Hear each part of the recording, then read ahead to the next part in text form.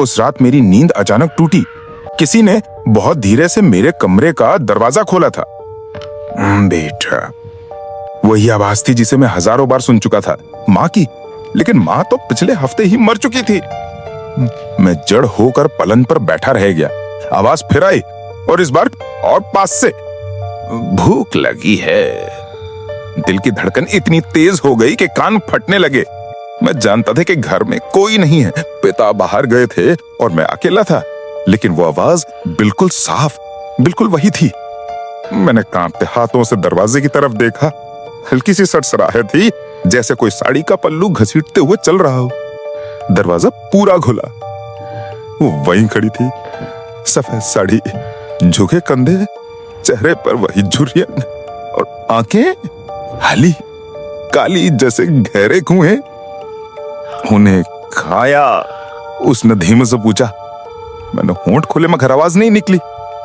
वो धीरे धीरे मेरे पलंग के पास आई। उसकी चाल वैसी ही थी जैसी माँ की हुआ करती थी, मगर उसमें कुछ अजीब था, जैसे पैर जमीन पर टिकी नहीं जाए हो। उसने हाथ बढ़ाया, वही हाथ जिसने मुझे बचपन में सहलाया था, लेकिन अब ठंडा, बर्फ जैसा। उसने मेरे गाल को छुआ। डरता क्यों है? मैं तेरी माँ हूं।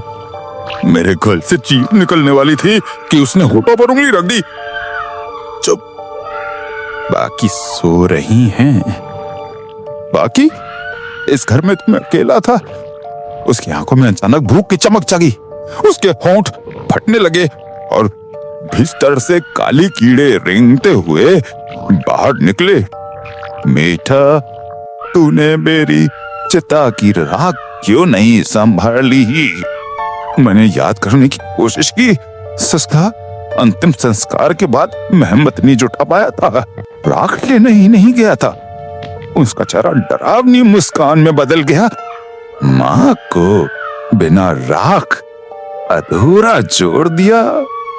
मैं छड़ना चाहता था मगर पैर जैसे पत्थर के हो गए। वो झुककर मेरे कान के पास आई और फुसफुसाई, आज तू मेरा हिस्सा बनेगा।